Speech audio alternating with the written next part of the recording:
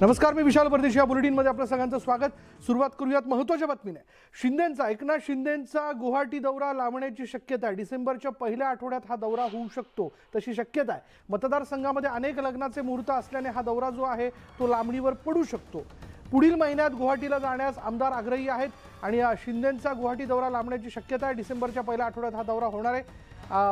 26 तारखेऐवजी आता डिसेंबरमध्ये हा दौरा होईल तसं एकूण दिसतंय, तशी शक्यता आहे. या सगळ्या कालावधीमध्ये ठिकठिकाणी जर आपण पाहिलं तर अनेक आमदारांच्या मतदारसंघात लग्नाचे मुहूर्त, लग्नाची तिथी दाट असल्या कारणाने काही ठिकाणी संबंधांखातर लग्नाला उपस्थिती लावणं आवश्यक असतं, त्यामुळे हा दौरा होऊ शकत नाही असे एकूण दिसतंय. दरम्यान कामाख्या देवीच्या दर्शनाला 26 तारखेला जाऊ, मात्र 27 तारखेला अनेक लग्न कार्य असल्या कारणाने 26 तारखेला गुवाहाटीला जाण्यासाठी आमदार आग्रही असल्याची प्रतिक्रिया प्रताप सरनाईक यांनी दिली आहे. कामाख्या देवीच्या दर्शनाचं आता 26 तारीख निश्चित करण्यात आलेली आहे, परंतु अद्याप सुद्धा आम्हाला काही त्याबद्दल निर्णय आलेला नाही. 27 तारखेला अनेक लग्न असल्या कारणानं सगळ्या आमदारांचं असं म्हणणं आहे 26 तारखेला जावं. परंतु ज्यावेळेस गुवाहाटीला आम्ही होतो, शिंदेसाहेब आणि आम्ही 40 आमचे आमदार आणि 10 अपक्ष आमदार, त्यावेळेस कामाख्या देवीचं दर्शन घेताना आमच्या मनातल्या ज्या इच्छा आकांक्षा आहेत त्या पूर्ण झाल्यानंतर आम्ही परत ह्या ठिकाणी येऊ असं आम्ही साकडं घातलं होतं आणि आमची जी मागणी होती ती कामाख्या देवीने पूर्ण केली. आणि याचबद्दल आपण बोलणार आहोत. आमचे प्रतिनिधी अजित मांढरे आता एक क्षणाला आपल्या बरोबर आहे. अजित, नेमकं काय म्हणजे आता जी पुढची तारीख येते त्यावेळेला एकनाथ शिंदे गटाचे सगळे आमदार कामाख्याला जातील की ही तारीख पुढे ढकलल्या जाऊ शकते? त्याला आताच आपण आमदार प्रताप सरनाईक यांची प्रतिक्रिया ऐकली असाल.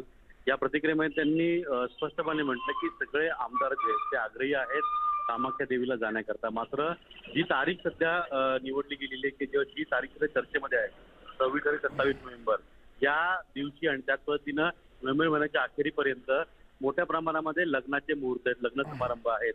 मतदारसंघामध्ये अशी लग्न असल्यामुळे काही आमदारांच्या घरातच लग्न आहेत, त्यामुळे येणं अनेकांना शक्य होत नाहीये किंवा 2 दिवस बाहेर राहणं मतदारसंघातून हे शक्य होणार नाहीये. त्यामुळे ही तारीख जी आहे ती पुढे ढकलून डिसेंबरच्या पहिल्या आठवड्यात घ्यावी अशी काही मागणी जी आहे ती काही आमदारांनी मुख्यमंत्री एकनाथ शिंदे यांच्याकडे केलेली आहे. त्यामुळे हे स्पष्ट संकेत आहेत की 26-27 नोव्हेंबरला जे कामाख्या देवीचं दर्शन घ्यायला शिंदे गटातील 50 आमदार जाणार आहेत. यापैकी अर्ध्यापेक्षा जास्त आमदारांचं हेच म्हणणं आहे की मोठ्या प्रमाणामध्ये लग्न समारंभ आहेत, काही आमदारांच्या घरातच लग्न आहेत. त्यामुळे हा सगळा जो देवीच्या दर्शनाचा जो पूर्णपणे कार्यक्रम आहे तो डिसेंबरच्या पहिल्या आठवड्यात घ्यावा, जेणेकरून सर्वांना सोयीस्कर पडेल. कारण का देवीच्या दर्शनाला जायचं म्हणजे तिथे कमीत कमी 2 दिवस मोडतील आणि 2 दिवस या सगळ्या शेवटच्या महिन्यामध्ये घेतले तर मोठ्या प्रमाणामध्ये लग्न समारंभाला मुकावं लागेल. मतदार नाराज होतील, नातेवाईक नाराज होतील. यामुळे हा दौरा जो आहे तो पुढे ढकलावा अशी मागणी आग्रही जी आहे त्या आमदारांनी घेतलेली आहे. त्यामुळे आता शिंदे गटाचा जो दौरा 26 आणि 27 नोव्हेंबरला होता कामाख्या देवीच्या दर्शनाला जाण्याचा, तो पुढे जाण्याची शक्यता आहे. हे स्पष्ट संकेत जे आहेत किंवा ही माहिती जी आहे ती शिंदे गटातील सूत्रांनी दिलेली आहे. धन्यवाद या सगळ्या तपशिलाबद्दल अजित. आपण बघतोय की आता येत्या 26 तारखेला हा दौरा होतोय की हा दौरा डिसेंबरच्या पहिल्या आठवड्यात जातो हे लवकरच आपल्याला कळेल. पण तुर्तास तरी जसं प्रताप सरनाईक यांनी त्यांच्या प्रतिक्रियेत सांगितलं की बहुतांशी आमदार हे डिसेंबरच्या पहिल्या आठवड्यात जाण्याच्या विषयाला घेऊन आग्रही आहेत किंवा 26 तारखेचा हा दौरा निश्चित केला जाऊ शकतो. पाहूयात नेमकं काय घडतंय. पुढे पाहूयात दापोलीतील साई रिसॉर्ट पाडकामाला लवकरच जमीनदोस्त होणार असा दावा जो आहे तो किरीट सोमय्या यांनी केलाय. मात्र या दाव्यानंतर अनिल परब यांनी सोमय्यांना थेट आव्हान दिलंय. साई रिसॉर्ट माझ्या मालकीचं नाही, कोर्टाने या प्रकरणात जैसे थेचे आदेश दिलेले आहेत असं परब यांनी स्पष्ट केलं. मला त्रास देणं, महाविकास आघाडी सरकारची प्रतिमा खराब करणं हाच किरीट सोमय्या यांचा उद्देश होता असा आरोप त्यांनी केलाय. किरीट सोमय्या यांच्यावर फौजदारी गुन्हा दाखल करणार असल्याचंही त्यांनी सांगितलं.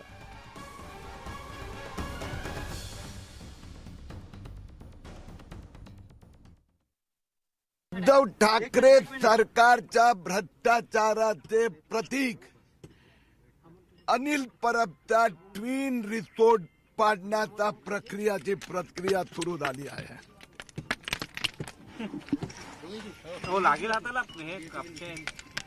येत्या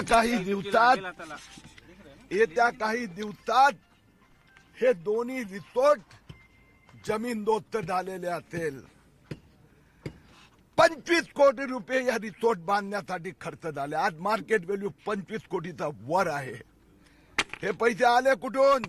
तर उद्धव ठाकरे सरकारचा घोटाळ्याचं जे स्मारक आहे ट्विन रिसॉर्ट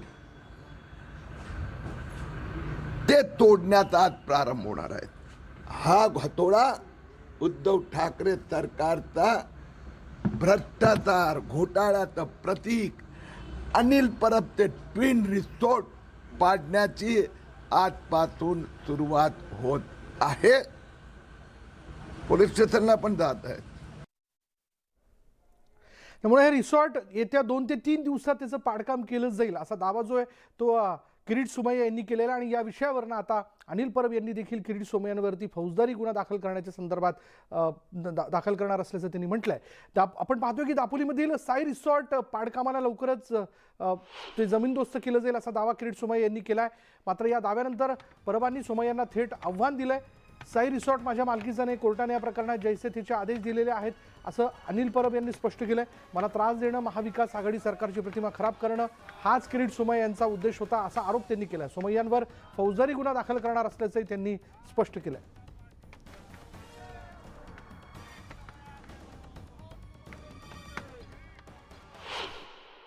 माझ्यामुळे एखाद्या गरीबाला त्रास व्हावा आणि केवळ मला त्याच्यामध्ये बदनाम करायचं आणि अडकवायचं यामुळे किरीट सोमय्याचे हे उद्योग चालू आहेत. असं आहे की ते सुपारी घेऊन काम करतात. त्यांना सुपारी दिली जाते याच्या मागेला ते काय ते त्यांना ओरड म्हटलं तर ओरडायचं, गप्पा बस म्हटलं तर गप्पा बसायचं. त्याच्या पुढे ते जाऊ शकत नाहीत. हिंमत आहे का त्यांची जे शिंदे गटात गेलेले आहेत त्यांच्याबद्दल बोलायची? असेल तर हिंमत किरीट सोमय्यांनी दाखवावी. आमच्या यंत्रणांच्या बाबतीत आमचा विरोध नाहीच आहे. मला ज्या ज्या यंत्रणांनी, तपास यंत्रणांनी मला बोलवलं, आपल्याला माहिती आहे की मी गेलो, मी उत्तरं देऊन आलो. त्या तपास यंत्रणांना जे काय हवं होतं, त्यांना माझ्याकडनं जी काय माहिती होती ती मी सगळी दिलेली आहे. आणि मला एकदा नाही, मला कित्येक वेळा बोलवलं गेलं आणि मी प्रत्येक वेळेला जाऊन आलो. आणि अजूनही माझी कुठल्याही तपास यंत्रणेला सहकार्याचीच भूमिका असेल. त्याचं कारण असं आहे, मला 100% माहिती आहे की या रिसॉर्टशी माझा काही संबंध नाही.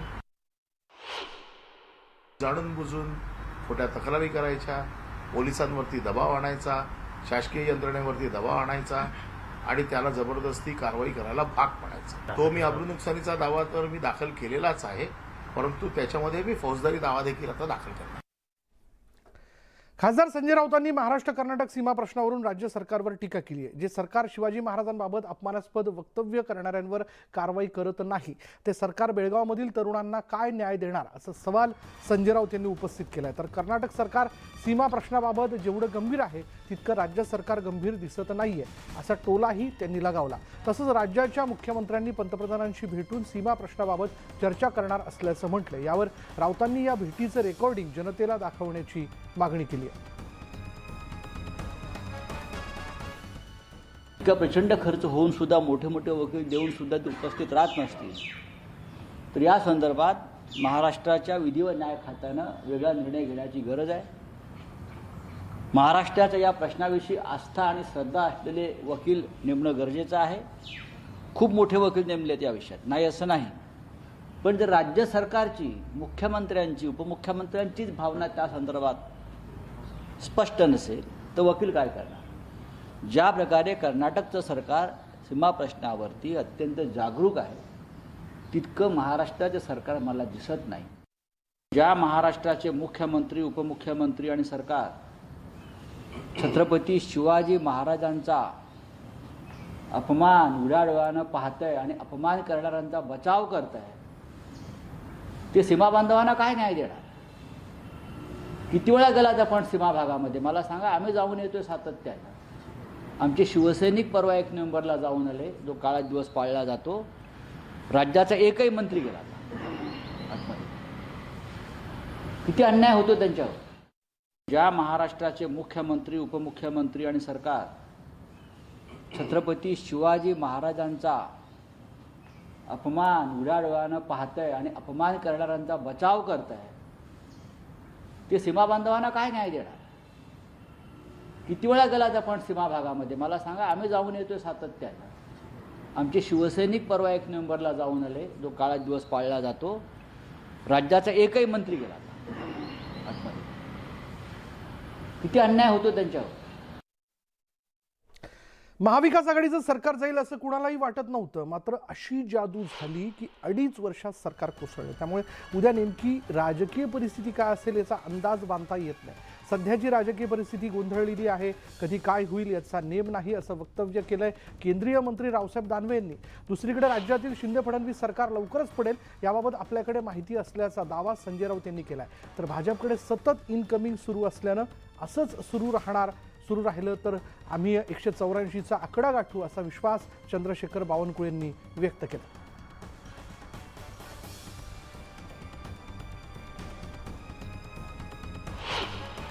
असं वाटत नव्हतं की सरकार आता जाईल. वाटत होतं तुम्हाला कोणला? पण अशी जादू झाली की एका रात्रीत सरकार गेलं. मग आता असं राजकारण चालल्याच्या बाद आणखीन 2 महिन्यांना काय होणार आहे याचा कोणी अंदाज लावला का? नाही. म्हणजे मध्यावधीची त्यांनी बहुतेक सूचना केलेली आहे. रावसाहेब दानवे कधी कधी चुकून खरं बोलून जातात. आमचे चांगले मित्र आहेत आणि कदाचित त्यांची स्लिप ऑफ टंग होऊन ते खरं बोललेले आहे. 2 महिन्यानंतर वेगळं चित्र असेल म्हणजे एकतर मध्यावधीची घोषणा होऊ शकते, म्हणजे हे सरकार पडू शकतं असे त्यांनी संकेत दिलेले आहेत. आणि ते सरकार 100% पडतं आहे याविषयी माझ्याकडे पूर्ण माहिती आणि खात्री आहे. मला विधानसभेच्या अध्यक्षांना किंवा राज्यपालांना जर बहुमत सिद्ध करायला म्हटलं तर आता 164 प्लस झाले आहे, 184 होतील. आणि त्यामुळं मला वाटतं की आता याच्यामध्ये जास्त संजय राऊत साहेबांनी बोलू नये. सरकार स्थिर आहे, कुठेही निवडणुका होण्याची शक्यता नाही आहे. खरं तर भारतीय जनता पार्टीचा अध्यक्ष म्हणून मी आपल्याला जाणीवपूर्वक सांगेल, रोज संख्या वाढत आहे, रोज पक्ष प्रवेश होते आहे. कुठेही असं वातावरण नाही आहे. 100% पूर्ण सरकार चालेल. राज्यपालांनी शिवाजी महाराजांबद्दल केलेल्या वक्तव्यानंतर त्यांच्या विरोधात आंदोलनं केली जात आहेत. त्या आंदोलनाला चंद्रशेखर बावनकुळे यांनी प्रत्युत्तर दिलंय. सर्व भाजप कार्यकर्ते शिवाजी महाराजांची ऊर्जा घेऊन काम करतात. आम्हाला शिवाजी महाराजांचा आदर आहे. आता शिवसेना उद्धव बाळासाहेब ठाकरे पक्ष इतका ओरड करतोय, मग सावरकरांवर बोलणाऱ्यांवर का बोलत नाही असा टोला बावनकुळेंनी लगावलाय. छत्रपती शिवरायाच्या प्रतिमेला कधी टाचणीवरही त्या ठिकाणी डॅमेज करण्याचा प्रयत्न केला नाही, ते करू शकत नाही. आणि छत्रपती शिवराय मी कालही सांगितलं आणि सर्वच आमची भूमिका मांडली की भारतीय जनता पार्टीचा कुठलाही कार्यकर्ता, या देशातला 18 कोटी भाजपचा कार्यकर्ता, या राज्यातला कार्यकर्ता छत्रपती शिवरायांची ऊर्जा घेऊनच काम करतो.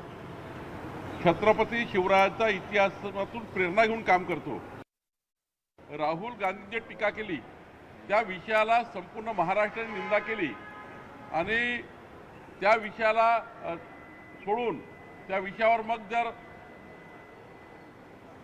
उद्धवजीच्या सेनेला जर एवढंच त्या ठिकाणी हिंदुत्ववादी आणि छत्रपती शिवराय आणि वीर सावरकरांचा त्या ठिकाणी फरक नसता, तर वीर सावरकरांच्या विषयावर जेव्हा राहुल गांधी वाईट बोलतात, अपशब्द बोलतात, त्यांचा इतिहास हा संपूर्ण जगाने आणि संपूर्ण देशाच्या स्वातंत्र्याला महान इतिहास आहे वीर सावरकरांचा. बारसू रिफायनरीच्या मुद्द्यावरून कोकणात शिवसेना उद्धव बाळासाहेब ठाकरे पक्षात फूट पडल्याचं चित्र आहे. कारण बारसू रिफायनरीबाबतच्या बैठकीत ठाकरे पक्षातील नेते राजन साळवींनी हजेरी लावली. दुसऱ्या बाजूला खासदार विनायक राऊत यांनी उद्योगमंत्री उदय सामंत यांना पत्र लिहित आधी स्थानिकांशी चर्चा करावी, आम्ही स्थानिकांसोबत असं म्हणत बैठकीला हजर राहणार नसल्याचं म्हटलं. आणि त्यामुळे आता ठाकरे पक्षात फूट पडण्याची चिन्ह दिसून येत आहेत.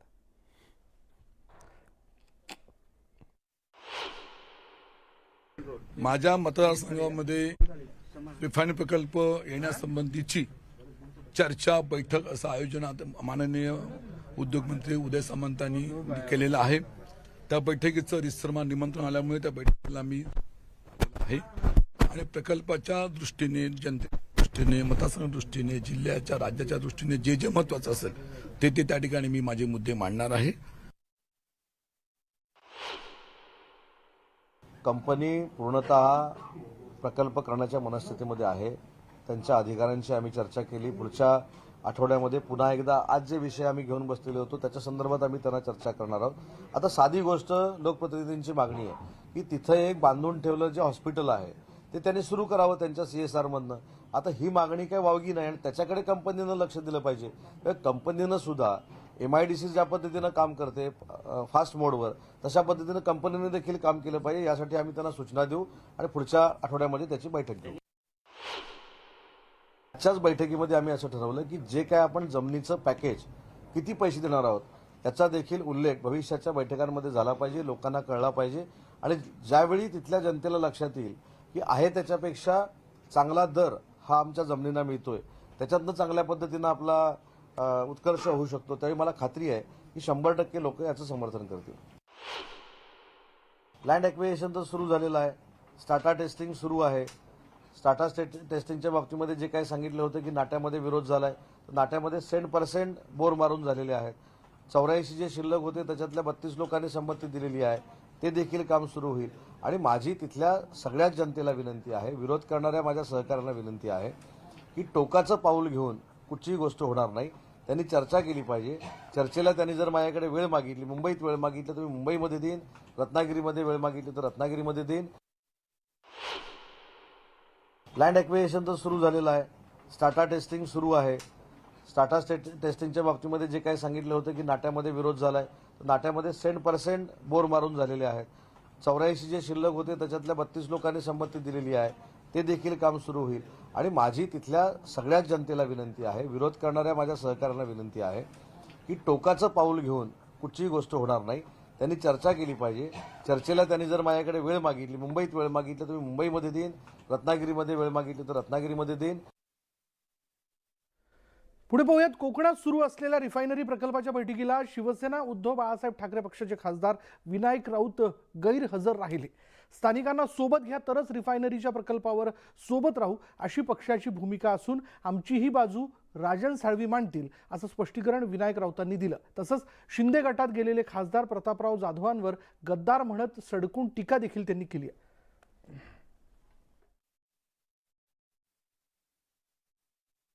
महाराष्ट्र सरकारचं कर्तव्य होतं की जर तुम्हाला रिफायनरी हवी असेल तर ह्या रिफायनरीच्या बाबत जे चांगलं आहे ते त्या ग्रामस्थांना समजून सांगणं, त्यांना विश्वासात घेणं. परंतु ग्रामस्थांना विश्वासात न घेता केवळ नेत्यांची बैठक लावायची, अधिकाऱ्यांची बैठक लावायची, अशा मनोवृत्तीमध्ये जर महाराष्ट्र सरकार रिफायनरी आणत असेल तर शिवसेना त्याचा कडाडून विरोध करेल. खासदार म्हणून मी लोकांबरोबर राहणार आहे. चावट म्हणणं गिरीश महाजन यांना इतकं का लागावं असा खोचक सवाल एकनाथ खडसेंनी केलाय. खानदेशात अनेक शब्द असे वापरले जातात, त्यापैकी चावट हा शब्द आहे. ही बोलीभाषा आहे. गिरीश महाजन यांनी चावट शब्दाचा वेगळा अर्थ काढला. गिरीश महाजन यांना चावट म्हटल्याचं दुःख वाटलं असेल तर त्यांची माफी मागतो असंही खडसे म्हणालेत.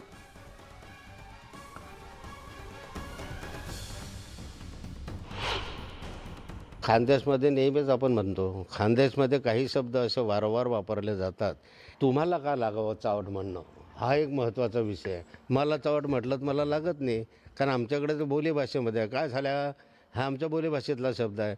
आमच्याकडे असे शब्द अनेक वापरले जातात की जे बाहेरच्या लोकांना त्या ठिकाणी वाटतं की झालं हे मला वाटतं अश्लील शब्द आहे. परंतु बोलीभाषेत आहे आमच्या हैराणी भाषेमध्ये, आमच्या खानदेशी भाषेमध्ये असे अनेक शब्द आहेत आणि त्यांना जर चावटपणाचं दुःख वाटत असेल तर मी त्यांची माफी मागतो. पुढे पाहूयात. पुण्यातील नवले पुलाजवळ रविवारी रात्री झालेल्या भीषण अपघातानंतर खडबडून जागं झालेलं प्रशासनाने अखेर या परिसरातील अतिक्रमणावर कारवाई करायला सुरुवात केली. पोलिसांच्या बंदोबस्तात महापालिकेच्या अतिक्रमण विभागानं कारवाई करण्यास सुरुवात केली आणि या घटनेची राज्य सरकारनं गांभीर्याने दखल घेतली. तात्काळ उपाययोजना करण्याचे आदेश प्रशासनाला देण्यात आले होते. त्यानुसार पोलीस, महापालिका, रस्ते विकास महामंडळ याच्या पथकानं सोमवारी घटनास्थळाची पाहणी करून तात्काळ करण्याच्या उपाययोजना सुचवल्या होत्या आणि या पार्श्वभूमीवर सकाळी 7 वाजल्यापासून महापालिकेच्या अतिक्रमण विभागानं नवले पूल परिसरातील अतिक्रमणांवर कारवाई करण्यास सुरुवात केली.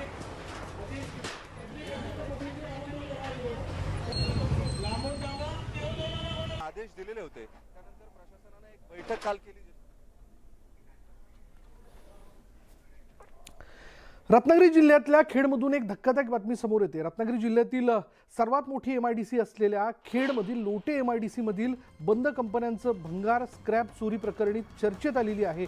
प्लॉट नंबर C41 मधील इंडी ड्यूट मॅटोला केमिकल्स प्रायव्हेट लिमिटेड आणि प्लॉट नंबर C42 मधील Vishal zinc industries private limited या बंद असलेल्या दोन कंपन्यांचे तब्बल 3 कोटी रुपयांचं भंगार आणि मोठमोठ्या लोखंडी वस्तू क्रेनच्या आणि गॅस कटरच्या साहित्याने कापून चक्क ट्रकमधून चोरून नेल्याच्या प्रकरणी स्थानिक पुढाऱ्यांसह अज्ञात 8 जणांवर खेड पोलीस ठाण्यात गुन्हा दाखल करण्यात आला आहे. ही घटना 30 नोव्हेंबर 2019 ते 15 डिसेंबर 2019 या महिन्याभराच्या कालावधीत घडली असल्याचं पोलीस FIR मध्ये नमूद करण्यात आले.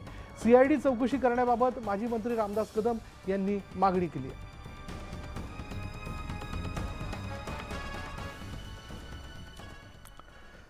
यानंतर बघूयात देशाला हादरवून सोडणाऱ्या श्रद्धा वालकर हत्याकांड प्रकरणामध्ये आज सर्वात मोठी अपडेट समोर आली आहे. आरोपी आफताब पुनावालानं न्यायालयात आपल्या गुन्ह्याची कबुली दिली आहे. आफताबची कोठडी संपत असल्यानं आज दिल्लीमधील साकेत कोर्टात त्याला हजर करण्यात आलं असता त्यानं न्यायाधीशांसमोर आपणच श्रद्धाची हत्या केली असल्याचं मान्य केलं.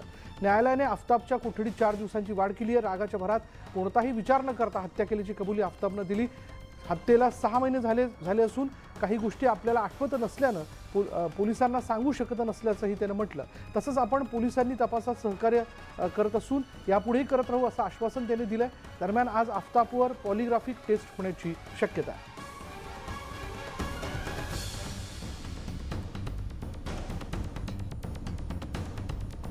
आफताबने काय म्हटलंय बघा. होय, मी दोषी. मीच श्रद्धाची हत्या केली. रागाच्या भरात कोणताही विचार न करता हत्या केली. 6 महिने झाल्यानं काही गोष्टी आठवत नाही, त्यामुळे पोलिसांना सांगू शकत नाहीये. पोलिसांना तपासात सहकार्य करतोय. यापुढेही पोलिसांना सहकार्य करणार असं आफताबनं कोर्टात म्हटलंय.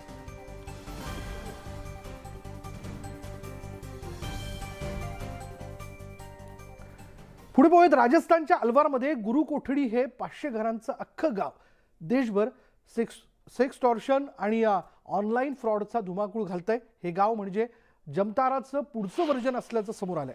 दत्तवाडी पोलिसांच्या तपासात ही धक्कादायक माहिती समोर आली आहे. पुण्यात दत्तवाडी पोलीस स्टेशनच्या हद्दीत शुभम वाडकर या विद्यार्थ्यानं सेक्सटॉर्शनला बळी पडून आत्महत्या केली होती.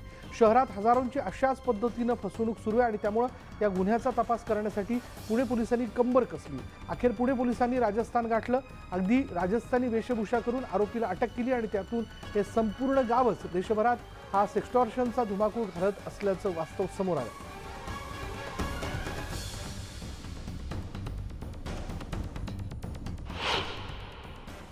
दुसऱ्या साईडने आम्ही बाहेर येण्याचा प्रयत्न केला. तशा पद्धतीने आम्ही त्याला स्थानिक पोलीस स्टेशन आणलं. ज्यावेळी आम्ही न्यायालयामध्ये त्याला हजर केलं तर न्यायालयाकडून आम्हाला असं समजलं की त्यांनी त्यांचीही फसवणूक केलेली आहे अशाच पद्धतीची. त्यानंतर आम्ही त्याला ट्रान्झिट रिमांड घेतलं. तिथं रिमांड घेऊन येत असताना आम्हाला रेल्वेमध्ये आम्ही ज्यावेळी बुकिंग करत होतो तिथल्या TCने देखील आम्हाला सांगितलं की माझ्यासोबत ही अशाच पद्धतीची फसवणूक झालेली आहे. अशा पद्धतीने त्याला आम्ही काल न्यायालयामध्ये हजर केलं. तर त्याच्या आम्हाला 5 दिवसांची पोलीस कोठडी मिळालेली आहे. तर पुढील तपास आम्ही करत आहोत. नंतर ब्रेकनंतर बघूया. शिंदे पक्षाच्या गुवाहाटी दौऱ्यावरून चंद्रकांत खैरे वारंवार टीका करायचे आणि याचवरून उद्योगमंत्री उदय सामंत यांनी खैरेंना प्रत्युत्तर दिलंय. चंद्रकांत खैरेंना जर आमच्यासोबत गुवाहाटीला जायचं असेल तर त्यांना मी औरंगाबादला जाऊन नक्की घेऊन जाईन अशी प्रतिक्रिया उदय सामंत यांनी दिली.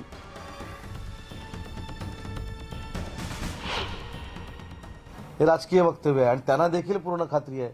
ते देखील आध्यात्मिक आहेत. त्यांना देखील माहिती आहे की 2.5 वर्ष हे काही सरकार पडत नाही आणि पुढची काही वर्ष सरकार येत नाही. पण लोकांना समाधान देण्यासाठी, कार्यकर्ते टिकवण्यासाठी चंद्रकांत खैरेजींनी असं वक्तव्य केलेलं असावं. ते आध्यात्मिक आहेत असं म्हणताय. गुवाहाटीला येणार का ते? आले तर स्वागत. आणि तसा निरोप त्यांनी मला पाठवला. मी संभाजीनगरला जाऊन त्यांना घेऊन गुवाहाटीला जाईल. गुंडांना थेट पोलीस वाहनात असताना व्हिडिओ क्लिप शूट करत पोलिसांना चॅलेंज केलंय. आज जेल कल बेल फिर वही पुराना खेल.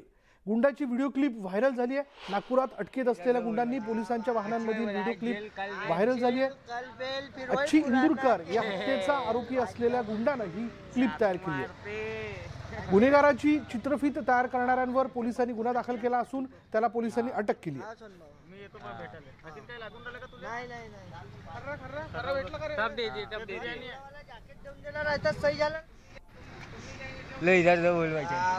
भाई बोला आज जेल कल बेल फिर वही पुराना खेल भांजा बोलते चाकू मारते.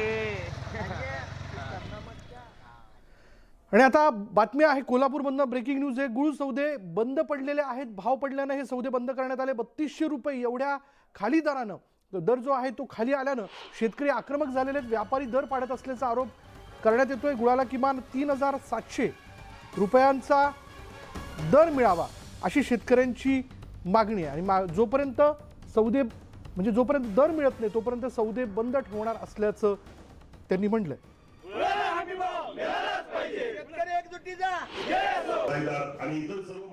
व्यापाऱ्यांनी दर पाडल्यामुळे शेतकरी आक्रमक झालेले आहे आणि कोल्हापूरमध्ये गुळाचे सौदे सध्या बंद पडलेले आहेत. या ठिकाणी पाहायला गेलं तर मार्केट कमिटीमध्ये गुळ घेऊन आलेली वाहनं या ठिकाणी ठप्प झाल्याचं पाहायला मिळतात. गुळाचा कोणत्याही पद्धतीचा सौदा आहे तो सकाळपासून निघालेला नाही.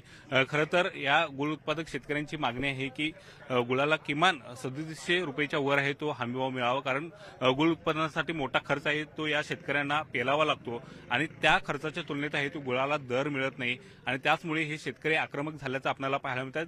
जोपर्यंत या दरावरती तोडगा निघत नाही तोपर्यंत गुळाचे सौदे बंद ठेवण्याचा निर्धार आहे तो या शेतकऱ्यांनी केलेला आहे. त्यामुळे या ठिकाणी बाजार समितीमध्ये पाहायला गेलं तर गुळाचे सौदे आज पूर्णपणे ठप्प झाल्याचं पाहायला मिळते. शेतकरी आक्रमक झालेले आहेत आणि यावरती तोडगा काढण्यासाठी ती सरकारला विनंती करताना पाहायला मिळतात. स्थानिक प्रशासनाला विनंती करताना पाहायला मिळतात.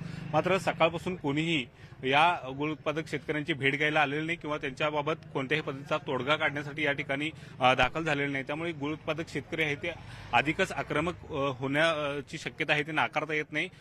काही कालावधीचा वेळ आहे तो या गुळ उत्पादकांनी सरकारला दिलेला आहे आणि यानंतर बाजार समितीतले सगळेच सौदे आम्ही बंद पाडू, बाजार समितीचे गेट बंद करू अशा पद्धतीचा इशारा हे शेतकरी देताना पाहायला मिळतात. एकूणच या सगळ्या पार्श्वभूमीवरती शेतकरी आक्रमक झाल्याचं पाहायला मिळतात आणि गुळाला हमीभाव द्यावा अशा पद्धतीची मागणी आहे ते या शेतकऱ्यांची आहे. याकडे आता सरकार लक्ष देणार का आणि या एकूणच या शेतकऱ्यांच्या मागणीवरती काही तोडगा निघणार का हेच पाहणं महत्वाचं असणार आहे. मात्र सकाळपासून कोणत्याही पद्धतीचा गुळाचा सौदा आहे तो निघालेला नाही आणि कोल्हापुरी गुळ जो नावाजलेला गुळ म्हणून समजला जातो त्या गुळाचे सौदे या ठिकाणी निघालेले नसल्यामुळे कोट्यवधी रुपयाचा गुळ आहे तो मार्केट कमिटीमध्ये आज पडून असल्याचं पाहायला मिळतंय. व्हिडिओ जर्नलिस्ट संदीप पाटीलसह ज्ञानेश्वर साळुंखे, न्यूज 18 लोकमत, कोल्हापूर. एकनाथ शिंदे साहेब असतील, फडणवीस साहेब असतील, आमच्या कोल्हापूर जिल्ह्याचे चंद्रकांत दादा पाटील असतील मंत्री, त्यांनी या गुळ उत्पादकांच्याकडे गांभीर्याने लक्ष द्यावे. आज असे आमची शेतकऱ्यांच्या वतीने विनंती आहे आणि आम्हाला कमीत कमी गुळाचा हमीभाव मिळावा अशी विनंती आहे शेतकऱ्यांच्या वतीने. हमीभाव मिळाल्याशिवाय आम्ही गुळाचे सौदे चालू करणार नाहीत. हमीभाव कमीत कमी गुळाला 3800 रुपये हा मिळालाच पाहिजे, कारण 3800 रुपये पासून खर्च येतो. त्याच्यावरती जर तुम्हाला 39,000 मिळाला तर 1-2 रुपये मिळू शकतात किलोला. यासाठी आमचं जोपर्यंत आमच्या मागण्या मान्य होत नाही, आम्हाला योग्य दर मिळत नाही, तोपर्यंत आम्ही हे आंदोलन केले जाईल. काय इतर गुळाच्या कर्नाटकी बाबतीत जर तुम्ही गुळाचं हे करत असाल तर हा शाहू महाराजांचा गुळ हा प्रसिद्ध असल्यामुळे ह्याला कमीत कमी 5 ते 10 रुपये हा दर जादाच मार्केटमध्ये विकला जातो. आता बघूयात स्वतःला पेटवून घेत तरुणीला मिठी मारणाऱ्या तरुणाचा अखेर मृत्यू झाला. औरंगाबादमध्ये ही घटना घडली होती आणि यामध्ये गजानन मुंडे हा 95% जळाला होता. त्याचा रात्री उपचारादरम्यान 12 वाजता मृत्यू झाला.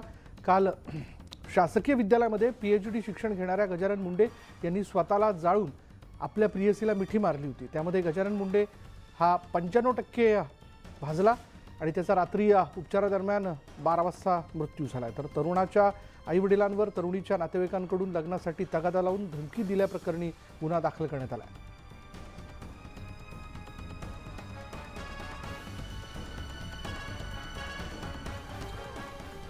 पुढे पाहूया शासकीय गायरान जमिनीवर अतिक्रमणधारकांची घरं वाचवण्यासाठी वंचित बहुजन आघाडी मैदानात उतरली. अतिक्रमणधारकांची घरं वाचवण्याची मागणी घेऊन वंचित बहुजन आघाडी 26 तारखेला पालकमंत्री गुलाबराव पाटील यांच्या घरावरती मोर्चा नेणार आहे.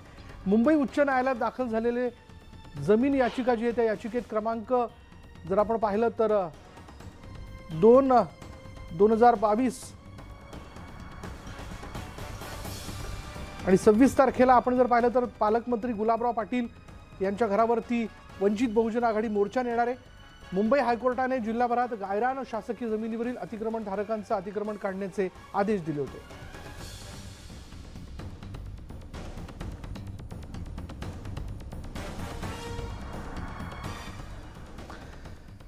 याचबद्दल अधिक बोलणार आहोत आमचे प्रतिनिधी इम्तियाज अहमद आपल्याबरोबर आहेत. इम्तियाज, काय नेमकी माहिती याबद्दल? सर, आपलं मुंबई उच्च न्यायालयाने जे गायरानी जमिनीसाठी जे आदेश काढलेले आहे, या आदेशाचं घेऊन भुसावळ येथील वंचित बहुजन आघाडीतर्फे अनेक निर्देशन होत आहे व मोर्चे काढण्यात येत आहे. आता मागच्या आठवड्यामध्ये कोल्हापूर येथे 2000 बेघर वासियांना घेऊन ते प्रांत कार्यालयावरती मोर्चा काढण्यात आलेला होता. आता त्यांनी आज पत्रकार परिषद घेऊन येणाऱ्या 26 तारखेला पालकमंत्री गुलाबराव पाटील यांच्या घरावरती ते जळगाव ते पारधी असा पायी मोर्चा काढून जे गायरानी जागा आहे त्या जागा निर्णय मुख्यमंत्र्यांनी मागे घ्यावे आणि जे जर मुख्यमंत्र्यांनी हा निर्णय मागे ना घेतला तर ते मंत्रालयावरती धडक मोर्चा काढण्याचा असा निर्णय वंचित बहुजन आघाडी यांनी घेतलेला आहे. धन्यवाद इम्तियाज या सगळ्या तपशिलाबद्दल. पुढे बघत, राज्यात गोवर रुग्णांची संख्या दिवसेंदिवस वाढत असल्यानं राज्य सरकारच्या चिंतेत वाढ झाली आणि यामुळे आता राज्य सरकार ॲक्शन मोडवर आलंय. आरोग्यमंत्री तानाजी सावंत यांनी आज मंत्रालयात या संदर्भात एक महत्त्वपूर्ण बैठक घेतली. या बैठकीत गोवर संदर्भात उपाययोजनांवर चर्चा करण्यात आली. राज्यात भिवंडी, मालेगाव आणि गोवंडी हे गोवरचे हॉटस्पॉट असल्याचं आरोग्यमंत्र्यांनी सांगितलं. या हॉटस्पॉटवर विशेष लक्ष केंद्रित करणार असल्याचं आरोग्यमंत्र्यांनी स्पष्ट केलं. लसीकरणाचा वेग वाढवण्यात येणार असल्याचंही त्यांनी म्हटलेलं आहे. आरोग्य विभागातील सर्व महत्त्वाचे अधिकारी या बैठकीला हजर होते. ह्याच्यात मेजर जो एरिया आहे, जो व्हेरीफाय केला आम्ही, भिवंडी, मालेगाव आणि मुंबई. याच्या बाहेर 0.001% सुद्धा नाही. ऑल ओव्हर महाराष्ट्राचा जर विचार केला, हे 3च हॉटस्पॉट आहेत आणि या ठिकाणी we are trying to control it आणि आम्ही तो सक्सेस झालेला आहे. याच्यामध्ये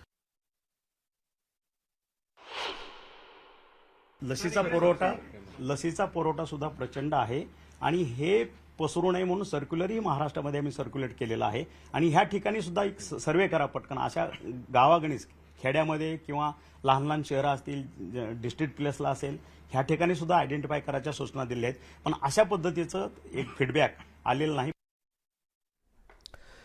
मुंबईमध्ये गोवरच्या रुग्णसंख्येत दिवसेंदिवस वाढ होते. गोवंडी इथं एका 1.25 वर्षाच्या मुलीचा मृत्यू झालेला आहे आणि त्यामुळे गोवरच्या संशयित मृतांची संख्या जी आहे ती 10 झाली आहे. यातील एक मृत्यू मुंबई बाहेरील भिवंडी इथला आहे. गोवंडी इथे एका 1.25 वर्षाच्या मुलीला 3 नोव्हेंबरला ताप आणि खोकला सुरू झाला. 5 नोव्हेंबरला तिच्या अंगावर पुरळ दिसू लागले. 11 नोव्हेंबरला तिची प्रकृती अधिकच बिघडल्यानं अतिदक्षता विभागात तिला हलवण्यात आलं. काल मुंबईमध्ये 24 नवे रुग्ण आढळून आलेत. रुग्णांची संख्या 208 इतकी झाली आहे.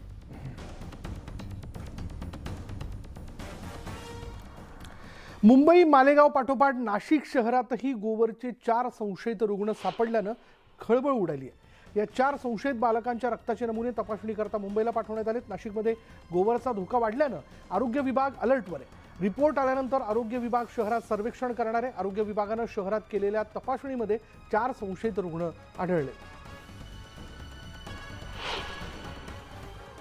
नाशिक शहरात देखील गोवर सदृश्य रुग्ण आढळून आलेले आहे. 4 रुग्ण आढळून आल्यामुळे पालिका यंत्रणा जी आहे ती आता सतर्क झालेली आहे. नाशिक महानगरपालिकेच्या झाकीर हुसेन रुग्णालयामध्ये अशा प्रकारचा आयसोलेशन कक्ष जो आहे तो तयार करण्यात आला आहे. खरं तर हा कक्ष यापूर्वी कोविडसाठी वापरला जात होता, मात्र आता याच ठिकाणी 25 बेड जे आहे ते गोवर रुग्णांसाठी उभारण्यात आलेले आहे आणि या कक्षामध्ये तब्बल 25 बेड, ज्यामध्ये 20 बेड जे आहे ते ऑक्सिजन बेड आहे. अशा प्रकारे संपूर्ण वॉर्ड जो आहे तो अद्ययावत करण्यात आलेला आहे. या ठिकाणी लागणारी औषधं असतील, इतर साहित्य असतील, ती देखील या ठिकाणी हलवण्यात आलेली आहे. अनेक डॉक्टर्स जे आहेत त्यांना देखील या ठिकाणी ड्युटी लावण्यात आलेली आहे. वेगवेगळ्या प्रकारची उपाययोजना जी आहे ती महानगरपालिकेच्या वतीने केली जाते. आपल्यासोबत नाशिक महानगरपालिकेचे वैद्यकीय अधिकारी आहे.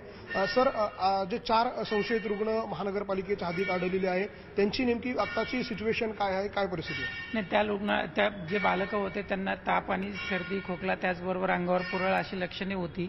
तर त्यांचे आपण नमुने जे आहेत ते लॅबमध्ये तपासणीसाठी पाठवलेले आहेत. त्यांचे अहवाल येतील.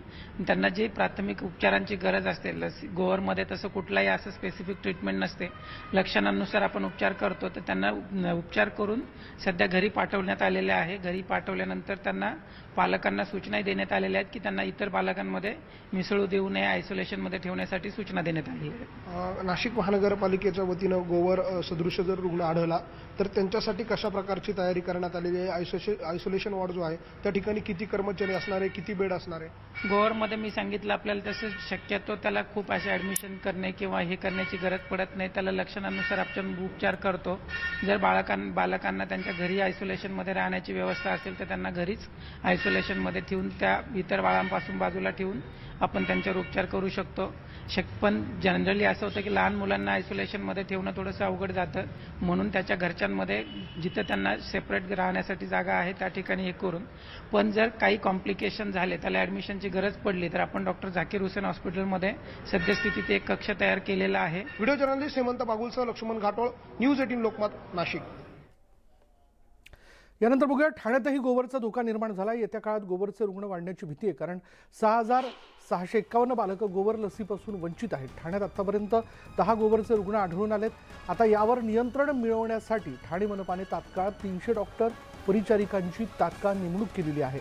बालकांचे ट्रेसिंग करून घरोघरी गोवरची लस देण्याची तयारी देखील ठाणे मनपाने केली आहे. तर उज्ज्वली आपल्याकडे वॅक्सिनेशन पर्सेंटेज चांगलं आहे, भिवंडीमध्ये कमी आहे, आणि पण तरीही आम्ही आता ॲक्टिव्ह सर्व्हिलन्स करायला सांगितले, सगळ्यांना इन्स्ट्रक्शन दिले. PSC लेवलला, महानगर लेवलला, महानगरपालिका लेवलला तिथे आपण टीम फॉर्म केली. त्याचा स्टाफ नर्स आहे, डॉक्टर आहे, अंगणवाडी सेविका, आशा वर्कर वगैरे यांना घेऊन आपण जेही फीवर विथ रॅशचे पेशंट ते रिपोर्टिंग करतो आहे, त्यांना व्हिटॅमिन एची डोस पाजतो आहे. ज्या पेशंटना ॲडमिशनची गरज असेल त्यासाठी आपण भिवंडीला 10 बेडची व्यवस्था केलेली आहे.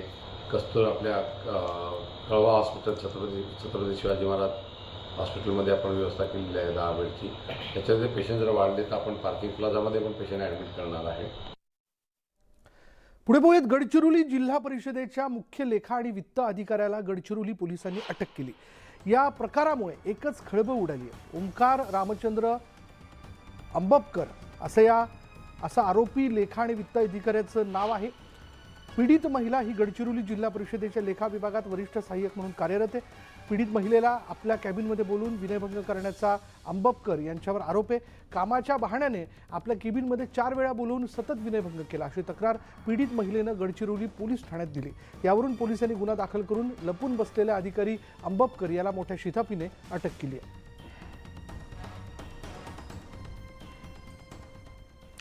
पुढे पाहूयात एक महत्त्वाची ब्रेकिंग न्यूज अशी आहे की गौरी भिडेंच्या याचिकेवर सुनावणीस नकार देण्यात आला आहे. ठाकरेंच्या मालमत्तेबाबत ही याचिका करण्यात आली होती.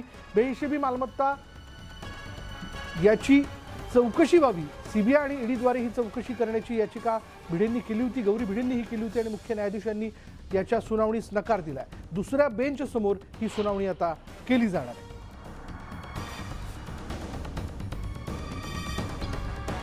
गौरी भिडेंनी उद्धव बाळासाहेब ठाकरे यांच्या बेहिशेबी मालमत्तेची चौकशी व्हावी किंवा मालमत्तेची एकूण चौकशी केली जावी आणि ही चौकशी सीबीआय आणि ईडीद्वारे केली जावी अशी मागणी करणारी याचिका जी आहे ती दाखल केलेली होती. या याचिकेवर सुनावणी करण्यास न्यायालयाने नकार दिला आणि दुसऱ्या बेंचसमोर ही सुनावणी होणार आहे. याबद्दल बोलूयात आमचे प्रतिनिधी प्रशांत बाग आत्ता क्षणाला आपल्याबरोबर आहेत. प्रशांत, मुख्य न्यायाधीशांनी यावर सुनावणी करण्यास का नकार दिला? 2 गोष्टी महत्वाच्या आहे विशाल या सगळ्या विषयामध्ये. कॉन्फ्लिक्ट ऑफ इंटरेस्ट आपण याला म्हणतो की गेल्या काही काळामध्ये उद्धव ठाकरे मुख्यमंत्री असताना काही कारणांमुळे चीफ जस्टिस यांची त्यांच्यासोबत भेट झाली होती आणि त्यामुळे याच कारणाने कॉन्फ्लिक्ट ऑफ इंटरेस्ट या अंतर्गत त्यांनी रिक्यूज केलं असावं की, आणि नॉट बिफोर मी त्यांनी म्हटलंय. आता हे पुन्हा दुसऱ्या बेंच समोर जाईल. विशाल, गौरी भिडे याचिका करता आपल्या सोबत आहेत, आपण थेट त्यांच्याशी बोलूया. विशाल, गौरी भिडे यांच्याशी तू थेट बोलू शकतो. गौरी भिडेजी, आज न्यायालयात सुनावणी करण्यास नकार देण्यात आला, काय म्हणणं आहे आपलं? काही नाही, व्हेंटिलेटर वाढवला एवढंच म्हणायचंय. काही दिवसांनी काही काळाने व्हेंटिलेटर वाढला गेला. मग वेळ काढला जातोय असं आपलं म्हणणं आहे? 100%. याला कोण कोर्टात झालं, जजनी मान्य केलं it was a conflict of interest, so it was not, त्याच्यासमोर नाही ऐकलं जाऊ शकत, ते दुसऱ्या बेंचला ट्रान्सफर होईल. So judiciary has been really wise and kind. आता आपण बघू पुढे काय होतं. बाकीच्या रिस्पॉन्डंटसाठी तो वेळ काढण्याचा प्रकार आपण म्हणू शकतो, पण otherwise judiciary is doing the right thing. Fight तर मी करणार, फाईट तर मी सोडणार नाही. धन्यवाद आमच्याशी बोलल्याबद्दल. आपल्याबरोबर याचिकाकर्त्या गौरी भिडे होत्या, त्याच्याशी आपण थेट बोललो.